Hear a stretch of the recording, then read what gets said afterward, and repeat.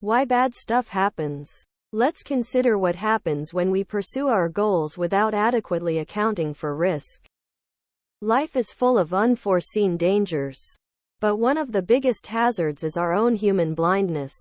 It's too easy to be lulled into comfortable complacency. When things go wrong due to our human failings, it's usually because we misread what's actually occurring.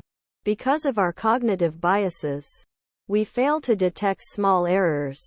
Or if we do notice them, we ignore them. We make technological mistakes. We might be afraid to speak up. We make bad decisions because we're too trusting, too tired, too cranky, or too reliant on going with our gut, rather than our reason. Point 4. Or we do all of these. Particularly when we're under a lot of pressure.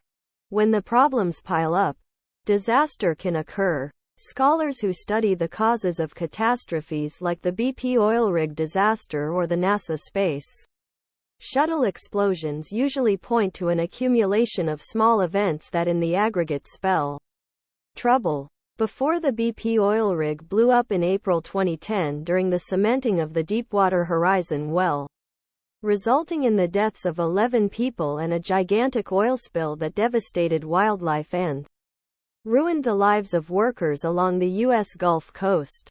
All kinds of technical things were awry, including the fact that the so-called blowout preventer didn't have such a great track record. But everyone at Transocean, the owner of the rig, and at BP seems to have overlooked a variety of warning signs from the crew. Point 5. In studying issues of risk in organizations, I've learned that the most common uncalculated and unmanaged risks include the following. Deviation from the basic business model, due to the lack of a clear strategy.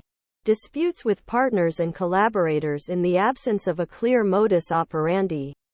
Conflict of interest because of segregation of duties. Or, silo thinking. Mismanagement of cash flow. Incorrect financial reporting. Or financial misstatement. Mismanagement of human capital, which can lead to significant employee turnover and or low-caliber staff. Poor investment decisions, including inappropriate expansion or contraction. Operational risks such as supplier outsourcing risks, natural disasters, and the inability to keep up with technological advances. Fraud and corruption as a result of lack of controls. Issues related to late or incomplete technology projects. 6. And of course, good old-fashioned laziness or lack of attentiveness.